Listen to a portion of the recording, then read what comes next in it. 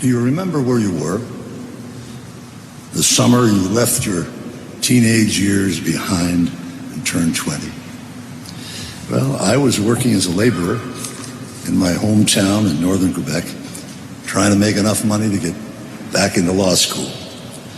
It was a tough job, but I was safe and secure, and had the added benefit of my mother's home cooking every night. On September 2nd, 1944, as we have just heard so eloquently from John, 20-year-old Lieutenant George Bush was preparing to attack Japanese war installations in the Pacific. He was part of a courageous generation of young Americans who led the charge against overwhelming odds in the historic and bloody battle for supremacy in the Pacific against the colossal military might of Imperial Japan. That's what George Bush did the summer he turned 20. Many men of differing talents and skills have served as president, and many more will do so as the decades unfold, bringing new strength and glory to these United States of America. And 50 or 100 years from now, as historians review the accomplishments and the context of all who have served as president, I believe it will be said that in the life of this country, the United States, which is, in my judgment, the greatest democratic republic that God has ever placed on the face of this earth, I believe it will be said that no occupant of the Oval Office was more courageous, more principled, and more honorable than George Herbert Walker Bush.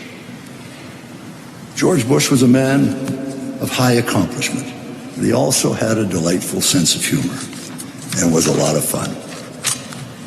At his first NATO meeting in Brussels as the new American president, he sat opposite me, actually, that day. George was taking copious notes as the heads of government spoke. We were all limited in time. But you know, it's very flattering to have the President of the United States take notes as you speak. And even someone as modest as me threw in a few more adjectives here and there to extend the pleasure of the experience.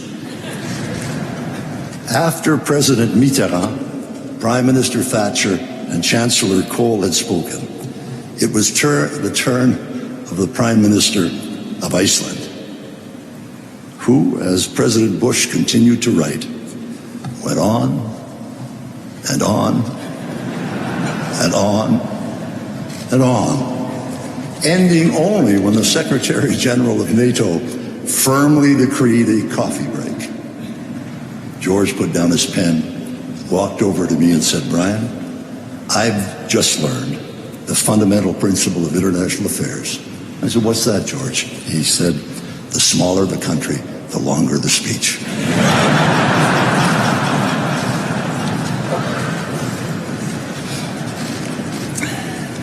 In the second year of the Bush presidency, responding to implacable pressures from the Reagan and Bush administrations, the Soviet Union imploded. This was, in my judgment, the most epical event, political event of the 20th century. An ominous situation that could have become extremely menacing to world security was instead deftly challenged by the leadership of President Bush into the broad and powerful currents of freedom, providing the Russian people with the opportunity to build an embryonic democracy in a country that had been ruled by czars and tyrants for over 1,000 years. And then, as the Berlin Wall collapsed soon thereafter, and calls for freedom cascaded across Central and Eastern Europe, leaving dictators and dogma in the trash can of history, no challenge assumed greater importance for Western solidarity than the unification of Germany within an unswerving NATO. But old fears in Western Europe and unrelenting hostility by the military establishment in the Soviet Union and the Warsaw Pact rendered this initiative among the most complex and sensitive ever undertaken. One serious misstep, and this entire process could have been compromised, perhaps irretrievably.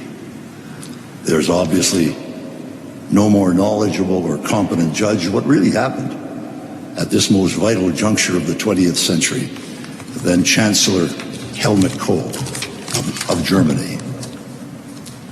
In a speech to a parliamentary commission of the Bundestag, Chancellor Kohl said categorically that this historic initiative of German reunification could never, ever have succeeded without the brilliant leadership of President Bush. Much has been written about the First Gulf War. Simply put, the coalition of 29 disparate nations assembled under the aegis of the United Nations, including for the first time many influential Arab countries, and led by the United States, will rank with the most spectacular and successful international initiatives ever undertaken in modern history, designed to punish an aggressor, defend the cause of freedom, and ensure order in a region that had seen too much of the opposite for far too long. This was President Bush's initiative from beginning to end. President Bush was also responsible for the North American Free Trade Agreement, recently modernized and improved by new administrations, which created the largest and richest free trade area in the history of the world, while also signing into law the Americans with Disabilities Act, which transformed the lives of millions and millions of Americans forever.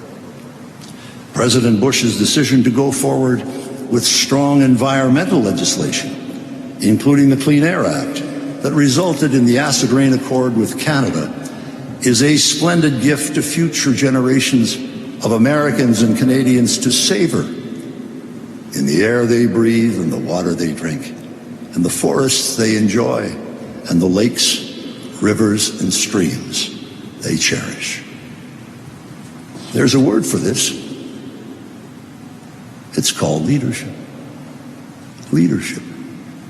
And let me tell you that when George Bush was President of the United States of America, every single head of government in the world knew that they were dealing with a gentleman, a genuine leader, one who was distinguished, resolute, and brave. I don't keep a diary, but occasionally I write private notes after important personal or professional events.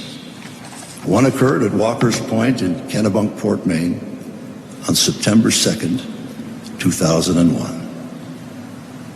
Mila and I had been spending our traditional Labor Day weekend with George and Barbara. And towards the end, he and I had a long private conversation. My notes capture the moment. I told George how I thought his mood had shifted over the last 8 years, from a series of frustrations and moments of despondency in 1993 to the high enthusiasm that I felt at the Houston launch of the Presidential Library and George W.'s election as governor in November of that year, to the delight following Jebb's election in 1998, followed by their great pride and pleasure with George W.'s election to the presidency, and perhaps most importantly, to the serenity we found today in both Barbara and George. They are truly at peace with themselves, joyous in what they and the children have achieved, gratified by the goodness that God has bestowed upon them all, and genuinely content with the thrill and promise of each passing day. And at that, George, who had tears in his eyes as I spoke, said, You know, Brian, you've got us pegged just right. And the roller coaster of emotions we've experienced since 1992. Come with me. He led me down the porch at Walker's Point to the side of the house that fronts the ocean and pointed to a small, simple plaque that had been unobtrusively installed just some days earlier. It read, CAVU. George said, Brian, this stands for Ceiling and Visibility Unlimited.